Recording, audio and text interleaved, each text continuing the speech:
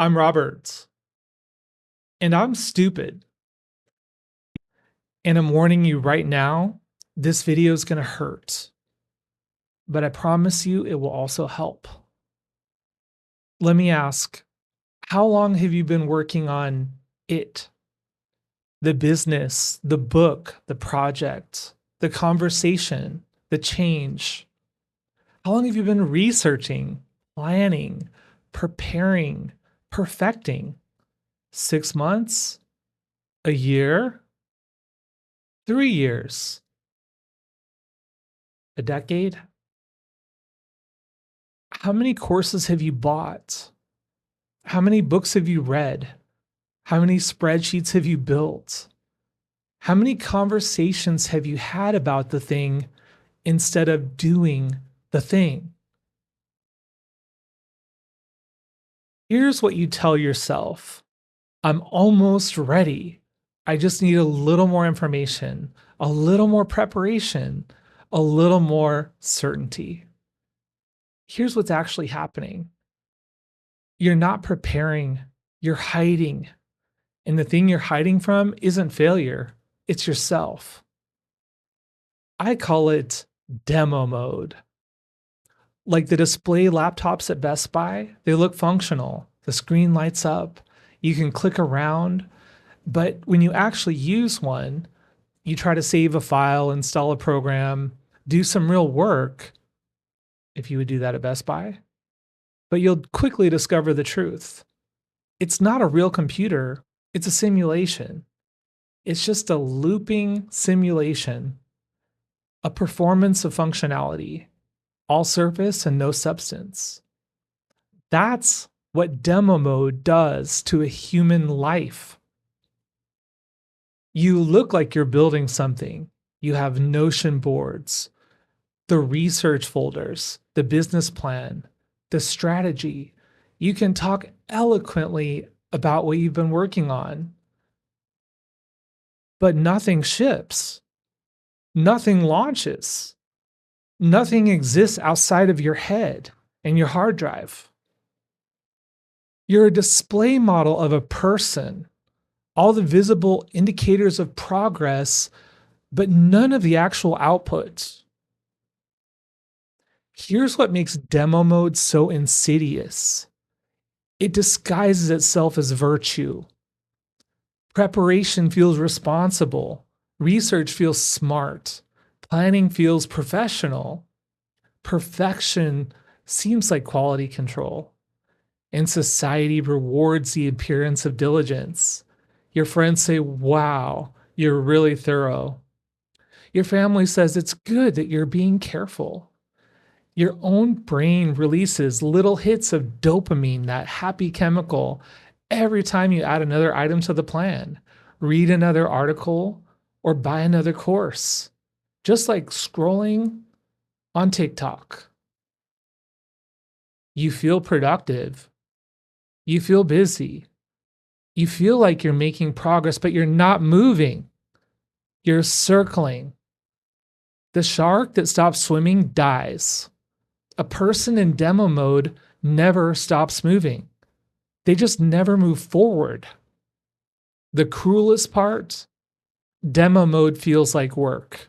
It's exhausting. You're tired at the end of the day. You spent hours on the project, but the project doesn't even exist yet. The project is still theoretical. The project is still safe inside of your head where no one can judge it, criticize it, or reject it, where it can stay perfect, where it can stay potential. Let's go ahead and open up that wound a little bit. I need you to feel something right now. I need you to feel the weight of what demo mode has already taken from you. Not theoretically, actually. Think about the thing you've been working on the longest. Now count backwards. When did you start? When did you first have the idea? First feel that pull. First know you needed to do this thing. Write down the date, the year, Now calculate how long ago that was. That time is gone. Did somebody else already do it already? Did someone else get the same inspiration as you and already complete it? Those months, those years, that portion of your one wild and precious life spent in the waiting room, spent in the warm bath of preparation, spent believing that someday you'll feel ready. You didn't spend that time preparing, you spent it dying. Every day in demo mode, a version of you is gone. The version of you who would have started the last year, the version of you that would have failed, learn, and come back stronger, the version of you who may have succeed and shipped something that's making them successful, the version of you that shipped something imperfect and watched it at the very, very least become something real. Those versions of you are gone. You killed them with patience, with prudence, with preparation. But here's the part that should make you sick. The failure you're avoiding, you're experiencing it anyway. You think demo mode protects you from failure? It doesn't. It guaranteed your failure. The person that launches and fails has a failed project. They have data, they have experience, they have something to iterate on. No person in demo mode has nothing. No failure, no success, no data, no experience, just an ever growing folder of plans for a thing that doesn't exist. You're not avoiding failure by staying in demo mode. You're failing in slow motion. You're failing so slowly so that you can pretend that it's actually not happening. You're failing at such a low intensity that it doesn't trigger the alarms, but the result is the same. The project could have existed, but it doesn't exist. The book could have been written, but it isn't written. The conversation could have changed everything, but it was never had. And you don't even get the dignity of a dramatic failure. You just fade quietly in a comfortable chair surrounded by plants. Let's look at that infection. Let's look at the lies that you're believing. Let's pull out what's actually rotting inside this wound called demo mode. The infection has a few strains.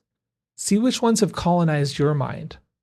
Lie number 1, I need more information. No, you don't. You have enough information. You've had enough information for months, maybe years. The information you're gathering now isn't making you more prepared, it's making you paralyzed. Every new input is another variable. Every new perspective is another consideration. Every new course is another framework to reconcile with the 17 frameworks you've already collected. Information past a certain point doesn't clarify, it clouds. You're not learning anymore, you're hoarding. And hoarding is what people do when they're afraid of scarcity, when they don't trust that they'll be able to figure it out once they start. Lie number 2, I need to wait until I feel ready. You'll never feel ready. Readiness is not a feeling, it's a decision. The feeling you're waiting for, that sense of confidence, certainty, okay, now I'm prepared, it doesn't come before action, it comes after. You feel ready by doing the thing and surviving it, not by preparing for the thing and imagining it. You're waiting for a bus that doesn't run on this route.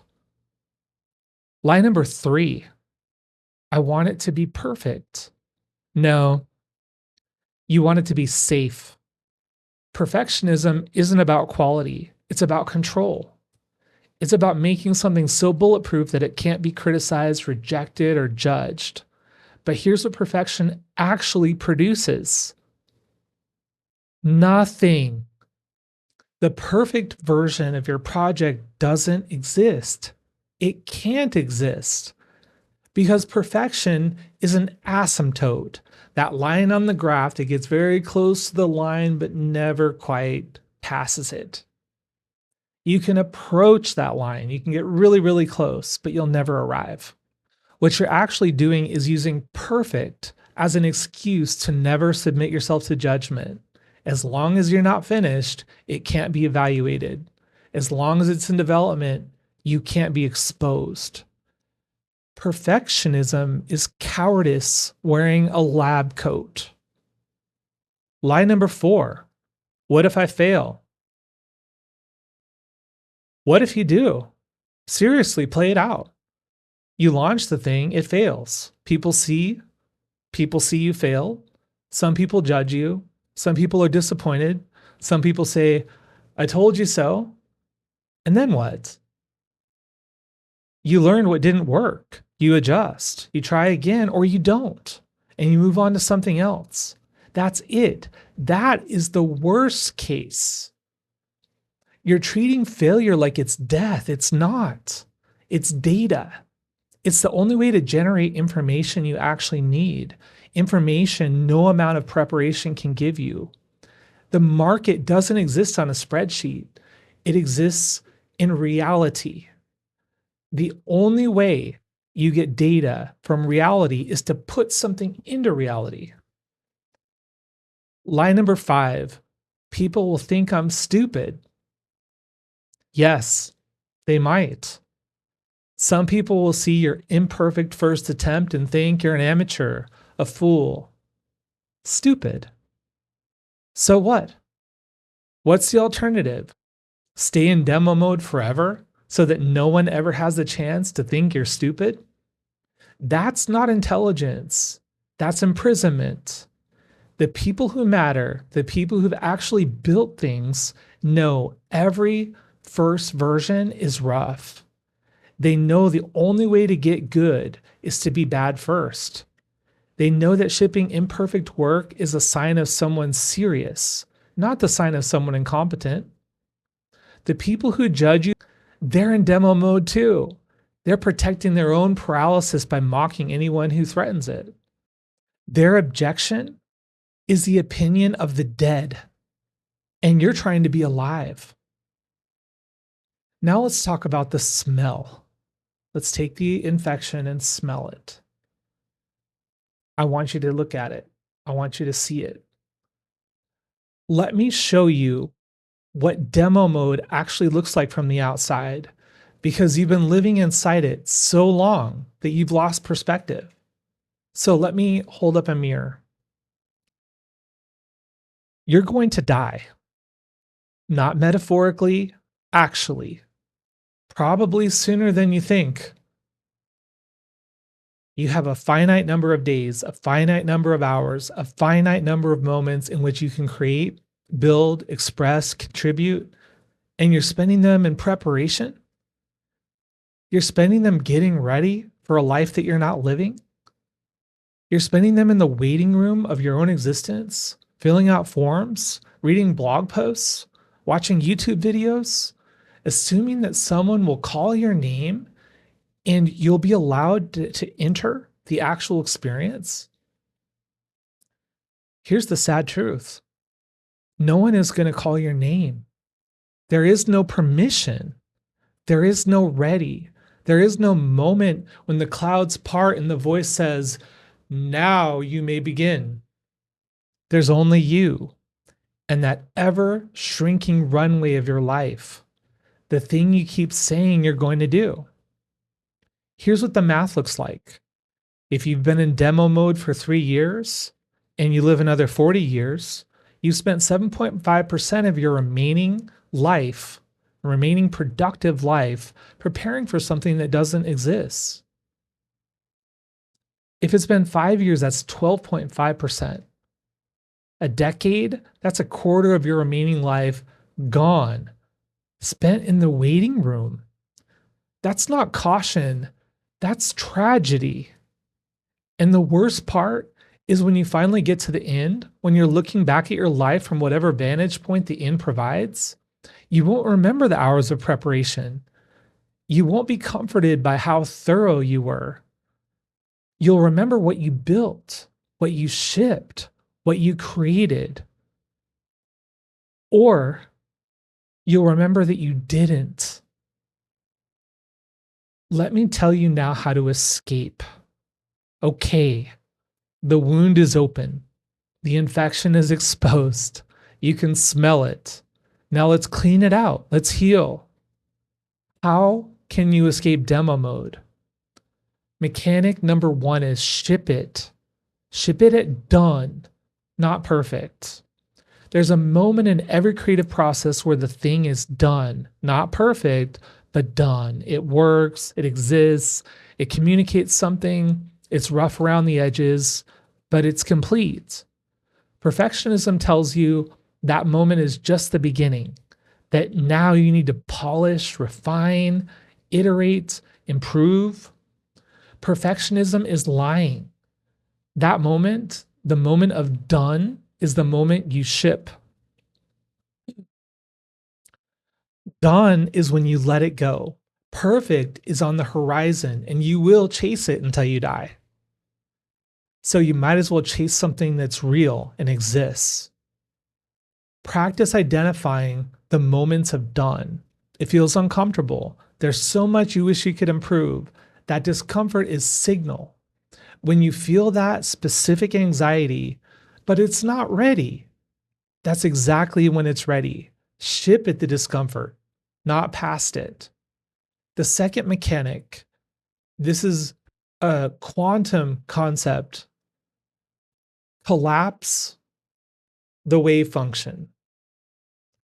In quantum physics, a particle exists in multiple potential states simultaneously until it's observed. Don't go away yet. You'll see where this is going. Then it collapses into a single state. All other possibilities vanish. Get ready for more on this in the upcoming Quantum Stupid series. Decision works the same way. When you're in demo mode, the project exists in superposition. All those multiple possibilities are there. It could be anything. It could be perfect. It could be the thing that changes everything. The fantasy is infinite. The moment you ship, the wave collapses. Your project becomes one specific thing, not the infinite possibility, the infinite reality. And all those other versions you imagine, they die. That's why shipping feels like grief, because it is. You're killing the fantasy to birth reality. Demo mode is the refusal to mourn. You're keeping all those potential versions alive by never committing to one actual version. You're protecting the fantasy at the cost of reality. But here's the truth. The fantasy was never real. It was just a dream you were having while your life passed by. Collapse the wave. Let the fantasy die. Meet the reality. Mechanic 3. Make friends with judgment. The fear of being judged is the engine of demo mode.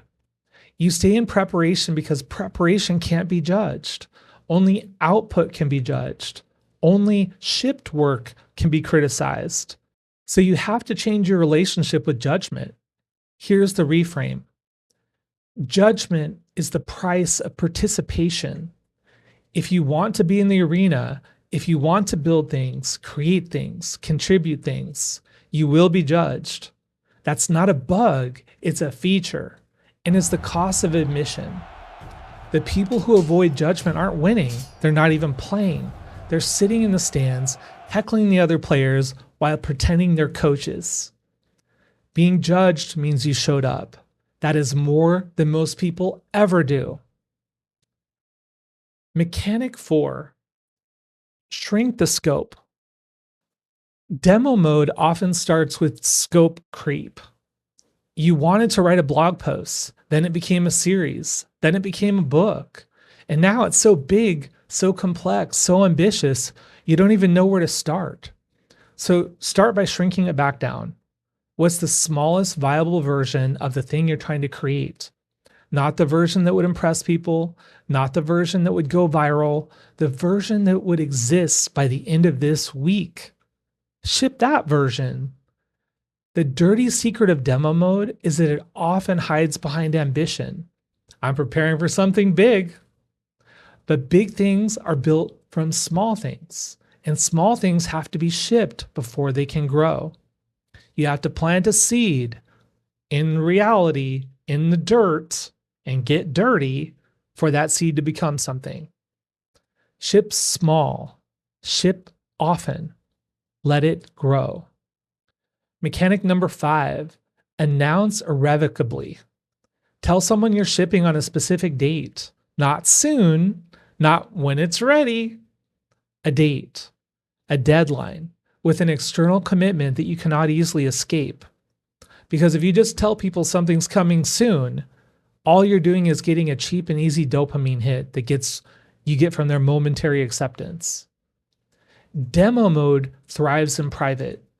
In the quiet of your own head, there's no accountability. You can always push the timeline. You can always add more preparation. Always wait just a little bit longer.